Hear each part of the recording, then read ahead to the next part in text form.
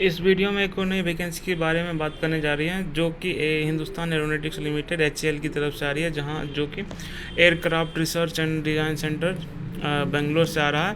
यह पोजीशन हमारा इंगेजमेंट और पर्सनल ऑन टेन्योर बेसिस पे होने वाला नॉन एग्जीक्यूटिव कैडर का है। नोटिफिकेशन की बात करें तो 9/7/2024 का आया था।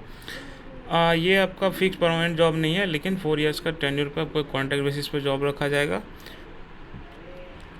चलिए आगे बात करते हैं क्या क्वालिफिकेशन है, कौन कौन एलिजिबल है। तो अगर ट्रेड की बात करें तो तीन ट्रेड ट्रेड की बात करें तो तीन ट्रेड एलिजिबल है, मैकेनिकल, इलेक्ट्रिकल, सिविल और डिसिप्लिन की और डिप्लोमा वाले एलिजिबल है और ITI वाले, डिग्री वाले एलिजिबल नहीं है इसमें। नंबर ऑफ पोस्ट की बात करें तो ठीक है, ज़्यादा नहीं है लेकिन ठीक ठाक आ गया है वैकेंसी।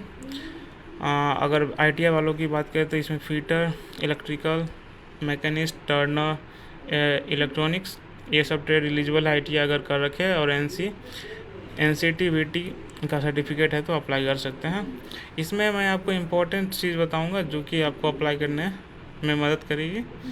और कौन कौन एलिजिबल है तो मैंने बता दिया है। चलिए अगर वैकेंसी की बात करें तो एक वैकेंसी जो है रिजर्व रखा गया है PWD को, PWBD के लिए, जो डिप्लोमा टेक्नीशियन और असिस्टेंट सिविल में पोस्ट है। उसके बाद क्वालिफिकेशन रिक्वायरमेंट की बात करें, क्वालिफिकेशन रिक्वायरमेंट की बात करें तो आपको डिप्लोमा कंप्लीट होना चाहिए, फुल टाइम से आपको रहना चाहिए। आप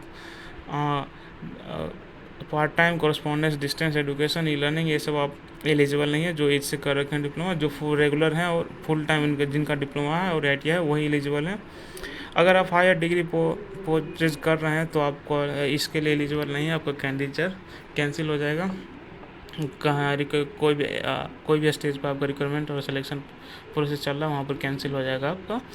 अगर मार्क्स की बात करें तो मार्क्स उसी तरह जो नॉर्मल हर जगह देखा जा रहा है। अगर आप जनरल, OBC, EWS हैं तो आपको 60% एबव रखना है मार्क्स, होल में भी और हर सेमेस्टर में भी रखना। अगर SC ST PWD की बात करें तो 50% एंड एबव रखना है।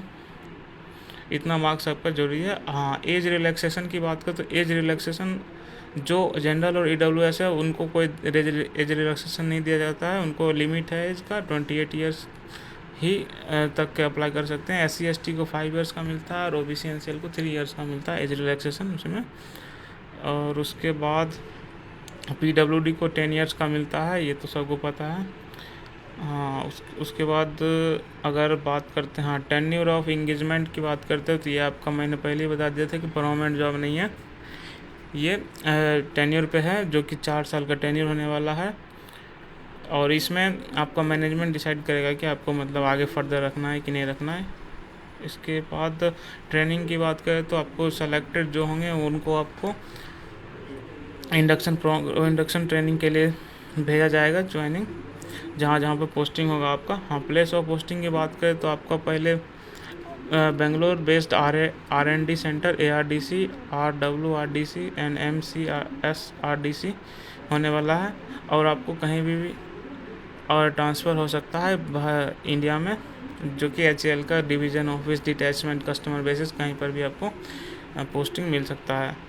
सैलरी की बात करें तो सैलरी अच्छी खासी है। एक स्केल 5 की सैलरी रहने वाली है जिसमें 44,554 होने वाला है। और एक में स्केल 6 की होने वाली है जो कि 46,511 रहने वाला है पर मंथ।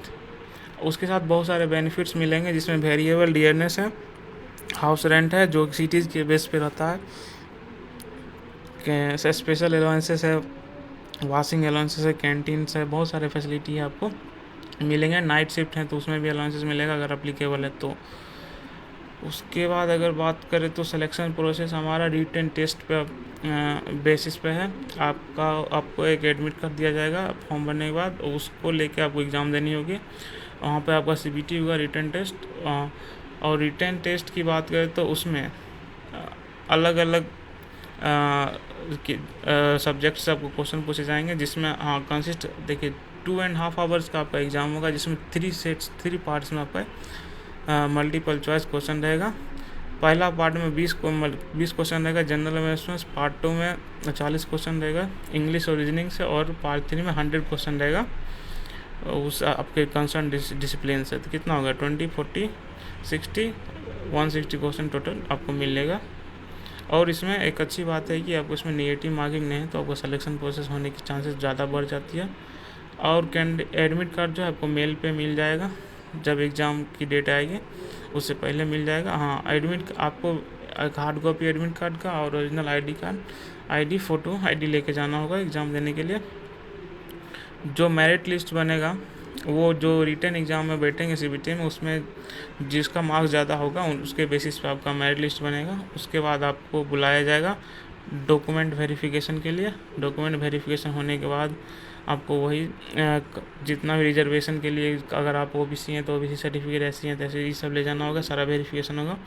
उसके बाद आपका मेडिकल एग्जामिनेशन होगा। मेडिकल एग्जामिनेशन होने जो HAL आपको जहाँ बुलाएगा वहाँ पर आपका मेडिकल एग्जामिनेशन होगा, और वही फाइनल आपका ज्वाइनिंग के लिए आगे भेजा जाएगा। फिर अगर आप मेडिकल में पास हैं तो आप ज्वाइन कर सकते, नहीं तो आप नहीं कर पाएंगे। उसके बाद अप्लाई करने के लिए आपको उसके साइट पे जाना होगा www.halindia.co.in। और ये एप्लीकेशन मतलब ऑनलाइन ही एक्सेप्टेड होगा, ऑफलाइन एक्सेप्ट नहीं हो सकता। और इसको ये आपका साइट 18/7/2024 तक की फंक्शनल है, तो जल्दी से जल्दी आप अप्लाई कर दीजिए, अभी टाइम है, क्योंकि लास्ट टाइम में रश ज़्यादा हो जाता है वेबसाइट पर। और ये सब एलिजिबिलिटी क्राइटेरिया दिया गया है, आपका डेट ऑफ बर्थ वगैरह और एजुकेशन क्वालिफिकेशन, ये सब एडवर्टाइजमेंट दिया गया है। आप एक बार इसको पूरा एडवर्टाइजमेंट पढ़ लीजिएगा, क्योंकि ये HAL कंपनी की तरफ से, हिंदुस्तान एरोनॉटिक्स लिमिटेड एक अच्छी कंपनी है जिसमें बहुत सारे टर्म्स एंड कंडीशन होते हैं, जिसको आपको पढ़ना जरूरी है। उसके बाद ही अप्लाई कीजिएगा। चलिए अगले वीडियो में मिलते हैं।